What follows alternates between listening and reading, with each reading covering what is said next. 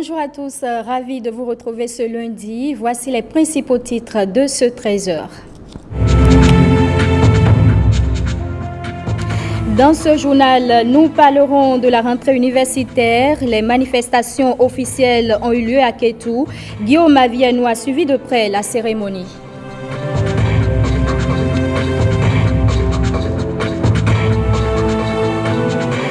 Comment maintenir les jeunes filles à l'école, les prémunir contre les grossesses précoces? Le ministère des Enseignements maternels et primaires lance une campagne de sensibilisation dans les départements du Zou et des collines.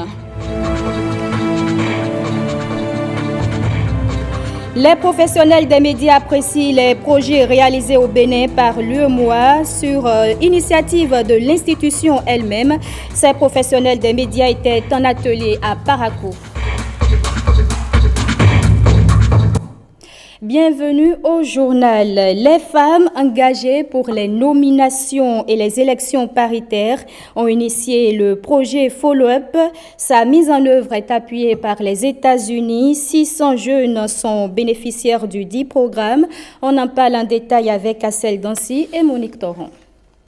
Nous sommes à leur côté pour tout besoin afin de les accompagner. C'est un nouvel envol pour ces jeunes et ces femmes des départements de l'Atakora, du Mono et du Plateau. Pendant près d'1 an, ils ont été éclairés sur des questions liées à l'histoire politique du Bénin, mais aussi sur l'importance de la femme dans les instances de prise de décision. Ceci à travers le projet dénommé Follow-up, une idée du creuset des femmes engagées pour les nominations et les élections paritaires FNEP. On nous a rafraîchi la mémoire en ce qui concerne l'histoire politique de notre pays.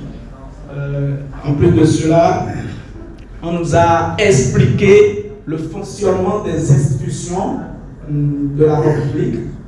Après, nous avons appris également à comment interagir sur ces institutions, comment le jeune citoyen peut se rapprocher de ces différentes institutions. Le projet a pour objectif de faire du citoyen, du jeune citoyen, un acteur de développement incontournable de sa localité et de son pays. Toujours pour les femmes, jamais sans les hommes. Un credo que ces femmes leaders ont adopté pour redonner un autre souffle de vie à la jeune génération. Le témoignage de ces femmes politiques les rassure. Les réformes nous ont dit, ce n'est plus comme avant, où il faut avoir les millions pour acheter sa place. Non, il faut mériter, il faut vouloir. Ne dit-on pas en effet et pour sûr qu'un vieil homme assis voit toujours plus loin qu'un jeune homme debout? À la jeunesse qui doit prendre conscience de sa force et de son potentiel, nous rappelons qu'elle doit porter plus que jamais l'habit de l'humilité en tout lieu et en tout temps. Pour la représentante de l'ambassadrice des États-Unis près le Bénin, il est important que la couche juvénile interagisse avec les institutions de la République afin de mieux comprendre les réalités de leur pays. C'est pourquoi elle encourage les initiateurs du projet. Nous sommes vraiment fiers d'appuyer ce programme et de nombreux autres dans le même but, d'aider ces jeunes à réaliser leurs rêves. Le projet Follow-up est à sa phase finale, mais le FNEP, en partenariat avec les États-Unis, compte organiser de nombreuses autres activités, autant récréatives qu'instructives, dans d'autres départements du Bénin. La Commission économie et finances locales de l'Association nationale des communes du Bénin, ANCB, tient sa 3e session au titre de l'année 2019. Boycon dans le département du Zou est le point de ralliement des membres de cette commission pour la tenue de cette rencontre. Boniface Kolaolebiao. Ici, réunis pour cette 2e assise au titre de l'année 2019, les membres de la commission intercommunalité et coopération décentralisée. Un riche menu est au programme des 2 jours d'échange. Nous aurons à présenter d'abord le nouveau dispositif de plaidoyer de l'ANCB. Aussi, nous avons des bonnes pratiques dans les intercommunalités que nous pensons partager avec les participants, que ça pourra édifier les membres de cette commission qui sont aussi des membres qui proviennent des communes. Le président de l'ANCB ouvre les travaux et invite chacun à donner le meilleur de lui-même pour de bonnes actions dans l'intercommunalité, gage de développement du Bénin. Les intercommunalités méritent l'attention de tous les acteurs communaux et nationaux. Il y va du développement harmonieux du Bénin. Concernant la coopération décentralisée également, du ressort de cette commission, le besoin de synergie d'action entre la NCB, le MDJL et le MAEC demeure. Comptant sur la qualité des résultats des travaux de cette assise, le président remercie les partenaires de tout ordre qui appuient l'Association nationale des communes du Bénin à œuvrer pour l'épanouissement des populations. On évoque à présent cet atelier d'information et de sensibilisation des professionnels des médias sur les réformes et chantiers de l'UEMOA au Bénin, une initiative de la Commission de l'Union économique et monétaire ouest-africaine. Michael Noati et Docas Tito. Ils sont sensibilisés sur les actions et chantiers en cours de réalisation au Bénin par l'Union économique et monétaire ouest-africaine UEMOA. Les professionnels des médias du Septentrion prennent ainsi connaissance des programmes et projets communautaires mis en œuvre par l'institution sous-régionale sur toute l'étendue du territoire national. Au Bénin, où elle intervient depuis 25 ans, l'UEMOA a entrepris dans divers secteurs socio-économiques plusieurs actions concrètes, jusqu'ici méconnues par la plupart des populations bénéficiaires. Dans ces conditions, le présent atelier vient à point nommé et permettra de mieux s'informer sur ces réalisations, au fin d'en informer les populations, notamment celles du Septentrion. L'atelier d'information et de sensibilisation des médias sur les réformes et chantiers de l'UEMOA au Bénin vise à faire connaître aux hommes et femmes de médias, particulièrement ceux exerçant dans la partie septentrionale du pays, l'évolution du processus d'intégration de l'UEMOA afin qu'ils rendent plus visibles les actions réalisées par la Commission de l'UEMOA au profit du Bénin.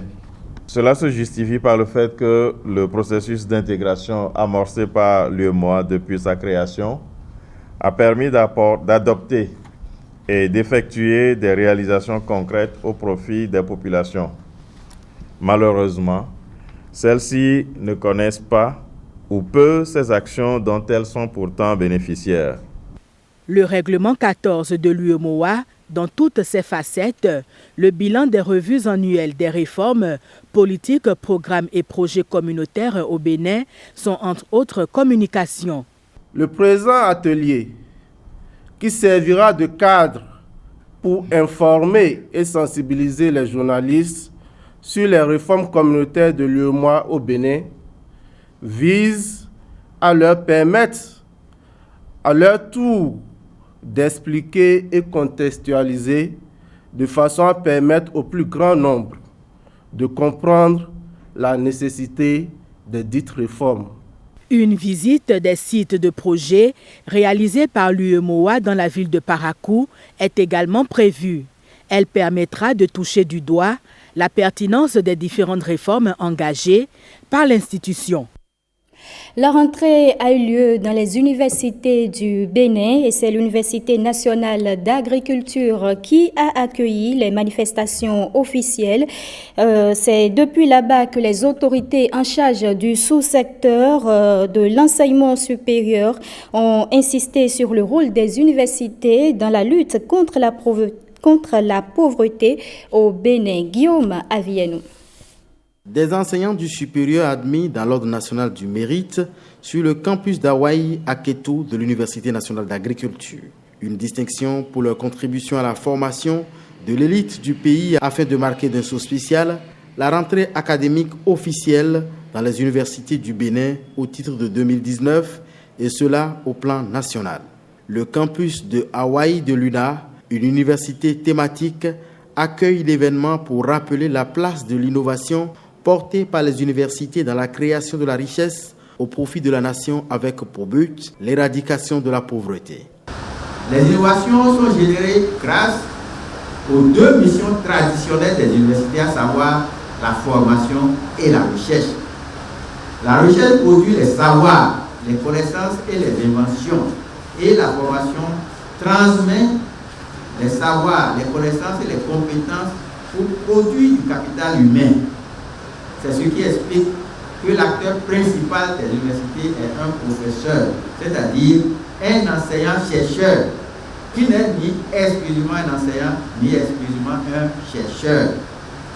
La rentrée académique, loin de paraître comme une simple tradition, insistent les autorités en charge du sous-secteur enseignement supérieur de la recherche scientifique, cette rentrée reste un moment de réflexion collective sur ce que doit être le dit sous-secteur dans le système éducatif béninois, et cela afin d'apporter sa contribution à la réalisation du PAG. Pour la mise en œuvre des projets prioritaires du PAG, il est attendu du sous-secteur de l'enseignement supérieur et de la recherche scientifique un rôle déterminant dans la transformation structurelle de l'économie de notre pays. Il est évidemment cité par Nelson Mandela que l'éducation est l'arme la plus puissante que peut utiliser toute nation pour transformer le monde. Réaliser donc une telle transformation nécessite davantage de main-d'œuvre de qualité, formée dans des filières de formation professionnelle de pointe. L'ambition de l'État, assure-t-on, est d'hisser les universités béninoises au rang des universités modernes de troisième génération. Et on reste dans le domaine de l'éducation pour évoquer la formation du corps d'encadrement des enseignants. Le ministre Marion Kakou est allé présider la cérémonie de la rentrée officielle pour une formation de 2 ans de 50 nouveaux élèves inspecteurs. Une formation qui est en parfaite adéquation avec la vision du gouvernement. Regardons ensemble. L'école de formation du personnel d'encadrement de l'éducation nationale accueille le ministre des enseignements secondaires, de la formation technique et professionnelle. Le patron de ce sous-secteur de l'éducation nationale vient lancer officiellement la rentrée solennelle dans cette école de 50 nouveaux inspecteurs du secondaire. Des élèves inspecteurs recrutés sur la base d'une rigueur et d'une transparence saluée de tous ici. Répétez cette bataille de transparence, d'équité et de justice. Les vrais méritants peut-être seront pour la plus grande majorité à la maison. C'est la preuve que le gouvernement de la rupture est en rupture avec les mauvaises pratiques.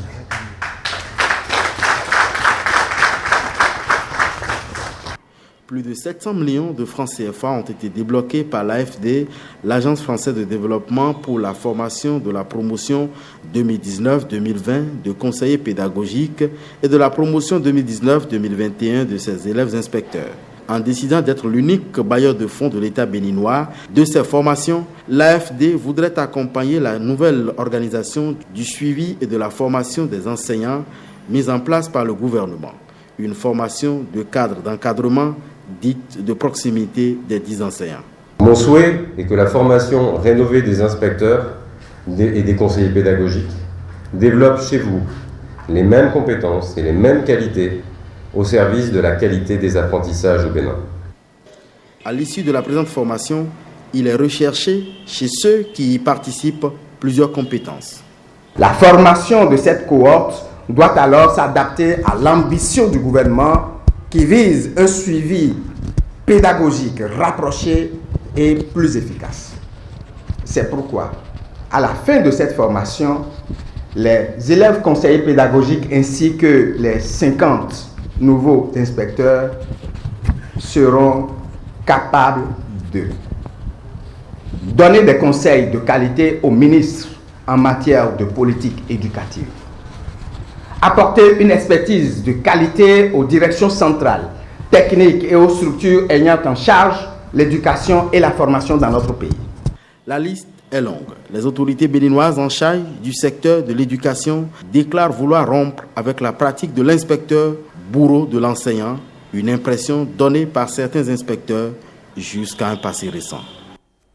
Et c'est une mesure exceptionnelle du gouvernement pour la filière aide-soignant à l'école de formation médico-sociale de Parakou, suspendue il y a quelques semaines. La filière est rouverte pour les étudiants de deuxième année au titre de cette année scolaire. L'annonce a été faite par le ministre de l'Enseignement technique et son collègue de la Santé. Le point de la séance d'information avec Judikaël Aïna et Viti Sarouré. Si le soin n'est pas bien donné, nous allons tous en pâtir. Deux ministres du gouvernement face aux apprenants, parents d'élèves et enseignants de l'école de formation médico-sociale à Parakou. Ils sont porteurs d'une bonne nouvelle. La filière aide-soignant s'ouvre à nouveau pour les étudiants de deuxième année exclusivement. Une mesure exceptionnelle du gouvernement qui n'est pas restée sourd aux cris de détresse des parents et apprenants. Occasion pour les deux ministres d'expliquer les raisons qui motivent la suspension de la formation des aides-soignants. Le véritable problème est de savoir l'adéquation entre le profil qui est formé et les besoins du ministère de la Santé. Ça fait 10 ans que cette formation a été créée. En 10 ans, il y a eu près de 10 000 apprenants qui ont été élevés sur le marché de l'emploi.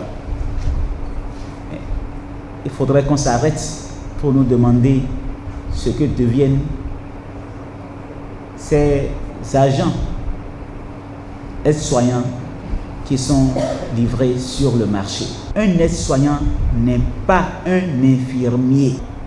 Les enfants que nous sortons d'ici prétendent effectuer cela et vont même au-delà. Je vous le dis, ils se transforment en griffe, en docteur. Ils sont partout. Ils essaient d'ouvrir des structures de soins. Ils parcourent les maisons pour dispenser des soins. Chers parents d'élèves, le gouvernement et en particulier le ministère de la Santé ne peuvent pas être à la source de votre malheur. Nous sommes préparés à mettre en place un dispositif exceptionnel. Ce dispositif exceptionnel consiste à maintenir le statu quo de la deuxième année des aides-soignants, c'est-à-dire à ouvrir la deuxième année des aides-soignants. On se réjouit par rapport à cette information. À partir de lundi, deuxième année aide-soignante, troisième année aide-soignante vont commencer par faire les cours normalement. C'est notre nouvelle aujourd'hui, nous sommes très contents. Grâce à ce dispositif exceptionnel du gouvernement, les étudiants de deuxième année aides-soignants à l'école de formation médico-sociale à Parakou pourront terminer leur formation en troisième année. Après cela, la filière sera fermée conformément à l'arrêté de suspension de la formation des aides-soignants. C'est l'arrondissement de Tcheti dans la commune de Savalou qui a abrité le lancement de la campagne de sensibilisation des apprenants des cours moyens sur l'éducation à la santé sexuelle et la prévention de la sexualité précoce dans les départements du Zou et des Collines. C'est une initiative du ministère des Enseignements maternels et primaires qui vise un double objectif. D'abord, satisfaire aux droits des enfants à une éducation sexuelle et aussi les prémunir contre les grossesses précoces afin de les garder à l'école. Boniface Kolaole Biao. Vous avez vu les collégiens enceintes. Est-ce que c'est bon? C'est pas bon, non? Je vais vous dire. Sans tabou, la guerre est lancée contre l'ignorance sexuelle des élèves dans les écoles et la déscolarisation. L'objectif poursuivi est sans embâche. Le sous-secteur de l'éducation des enseignements maternels et primaires s'est fixé pour objectif l'atteinte de la scolarisation primaire universelle de qualité et la promotion de l'éducation de base holistique et inclusive d'ici 2030. À travers cette action, le ministère entend accomplir un devoir qui est le sien. Nous avons le devoir de protéger nos enfants, souvent victimes de leur naïveté ou de leur fragilité, en répondant à leurs besoins en information sur la sexualité, de façon pertinente. Le directeur départemental des enseignements maternels et primaires des collines avoue que le plein épanouissement des enfants en dépend. La réussite scolaire d'un enfant dépend à la fois de plusieurs paramètres tels que sa famille, la rue, ses us et coutumes, mais également et surtout le système éducatif dans lequel il évolue. Le chef de l'arrondissement de Tchéti se réjouit de l'initiative. Nous sommes très heureux, très ravis que le sujet de grossesse en milieu scolaire soit abordé dans la zone de Tchéti. Cela va sans nul doute changer le comportement de nos enfants en général et de nos filles en particulier. Et quant aux représentants du préfet, il invite les élèves à appliquer les instructions reçues pour leur bel avenir. Chers apprenants, pensez à votre avenir. Ressaisissez-vous tant qu'il est encore possible.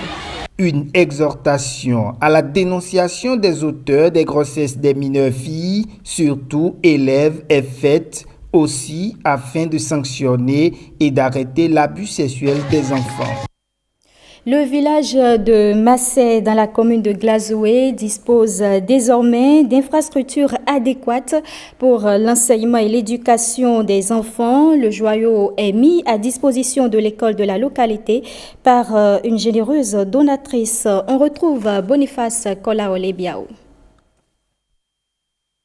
Un module de 3 salles de classe, des toilettes à 8 cabines et une adduction d'eau d'un coût d'environ 40 millions de francs CFA constitue le joyau. L'action qui sort de la précarité, l'éducation à Massé se justifie par la donatrice. Je voulais partager quelque chose de la bonheur que j'ai réussi par hasard, par le don de Dieu, avec les enfants ici. Pour le député Edmond Agua qui l'a sollicité, c'est là une preuve d'amour. L'amour du prochain. 8000 km avec un transport risqué. Qui pourra le faire s'il n'y a pas un amour derrière? Le risque est grand. Madame Astrid est un être humain toute particulière pendant qu'il s'agit d'une femme. Et il faut prier le Seigneur Tout-Puissant pour qu'elle vive longtemps et très longtemps. Amen. Un amour salué par le représentant du ministre des Enseignements maternels et primaires. Quel bonheur pour les apprenants, quelle joie pour les parents, quelle satisfaction pour les enseignants. Ça mérite des ovations et je vous prie d'applaudir très fort pour le donateur. Bien touchés par l'action, les bénéficiaires s'engagent à honorer le geste d'amour. On a tout à notre niveau, donc on vous promet désormais que la réussite est garantie. Pour terminer, nous sommes entièrement joyeux de votre bienfait. Un appel est lancé à toute bonne volonté pour poursuivre cette action car il reste à meubler ces salles et pourquoi pas en construire d'autres. Et voilà qui referme ce journal. Merci de l'avoir suivi. Je vous retrouve demain.